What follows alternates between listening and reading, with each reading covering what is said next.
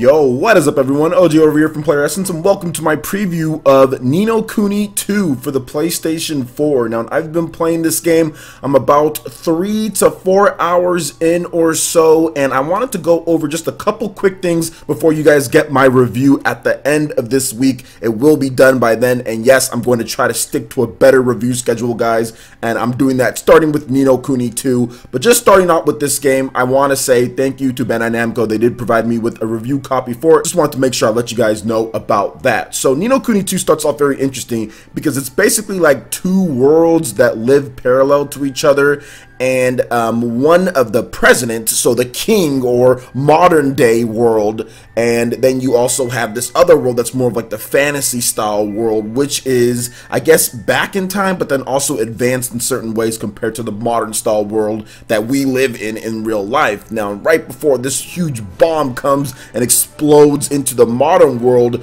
the president of that world is basically transported or zapped away to the other world where he meets Evan. Now, Roland, he's the president of this modern world, and he meets Evan in this fantasy world, and Evan is in pretty much a predicament. Roland comes in the right time in order to save Evan from essentially being executed by this evil mouse race that wants to rule. So it's very interesting the way that they set that up, and I'm guessing that the gods of the world, or the god of the world, couldn't have both kings, I guess, dying, because that would throw both worlds into chaos. So it looks like he sends the one president from that world over to the next one in order to make sure that Evan doesn't die and that king's bloodline is gone forever. So it's a very interesting story setup. I like the premise, and you go through, you meet a lot of different characters even in the early going, and I think that the story is going to get better and better as I progress through the game. And I want to move into a little bit more of the combat and kind of what's going on there, because there's been some talk about this game in terms of how easy it is or not and all that, and based on what I've played, it's definitely a standard action RPG in terms of the combat, but there's a lot of cool stuff that kind of goes on in between the lines there. For example, you have this magical band, right, that can equip multiple different weapons. You can have, at least at the beginning, you can have 3 different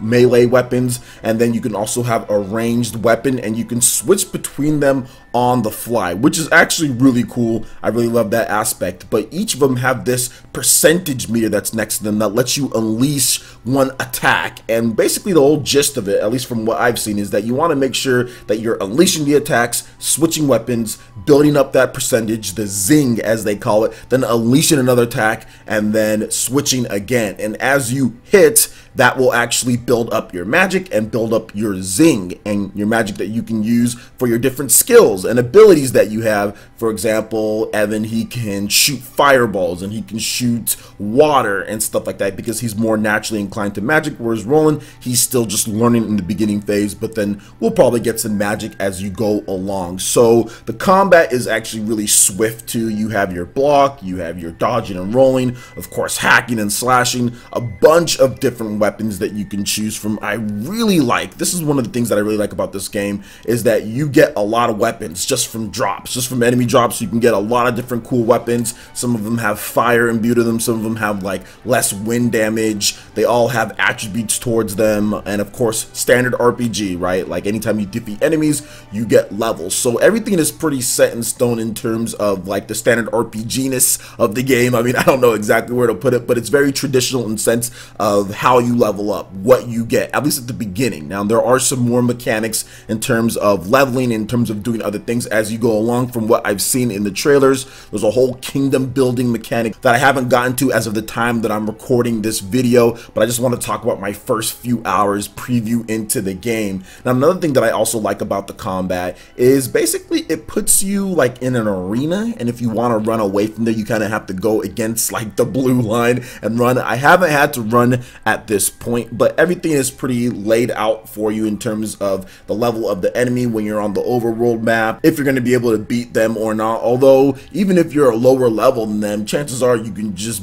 body them anyway, so it's pretty cool. And there is another thing that kind of they layer on into this game as you're playing through, and these things called higgledies or something like that, these crazy little things. They're like little helpers in battle that can get you buffs. They can go out there and shoot cannons, and you'll get new ones as you go to different areas, so that's also really cool as well. I like the higgledies, and I like the fact that you can have those and you can match them up and mix and match, and some of them have different personalities and you can counterbalance those, and if you put the right combination you can get even enhanced attacks, so that's awesome as well. And just to kind of speak a little bit more of some of the other stuff before I get into what I don't like so far, the graphics in the game, that's just something that I wanted to know. Maybe I should have talked about that a little bit earlier, but this is just kind of like a preview that I'm putting together for you guys. So the graphics are beautiful. That's just one thing that I've noticed. The graphics are absolutely beautiful. From what I've played so far, the frame rate is also pretty solid. I don't know what it's running in, guys. I'm not Digital Foundry or anything like that, but the graphics and the art and the frame rate, everything like that is really good for the most part. Haven't experienced any problems.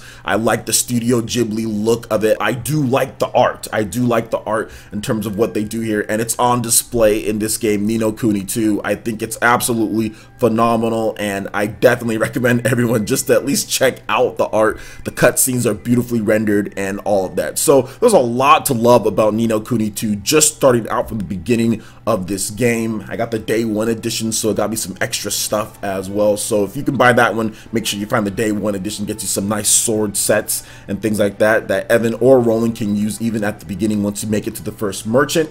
Now getting into some of the things that aren't so good so far, and that is the little bit of like the overworld map, or not the overworld map, but the map that you go into when you're going from like one area to another area. If you're leaving the kingdom of the Ding Dong Dell, that's the kingdom that they that Evan lives in and Roland was transported to, and of course, like I said, there was a coup. But you guys will experience the story. I don't like to talk about story too much when it comes to my previews, and even my reviews. I don't like to talk about story too much just because I'd rather have you guys experience it. But yeah, even going from one area and getting out of that kingdom to another area, the overworld map there is really clunky. Like for some reason you move so slow, you're really tiny, and you move super slow on this map, and it seems like sometimes like there's some clipping with the frame rate, or there's just some slowdown. I'm not really sure. It's not like super bad, but it just seems like it moves a little bit better sometimes, and then sometimes it doesn't move as fast, and then like I said, you run way too slow in this. I really would like for them to speed up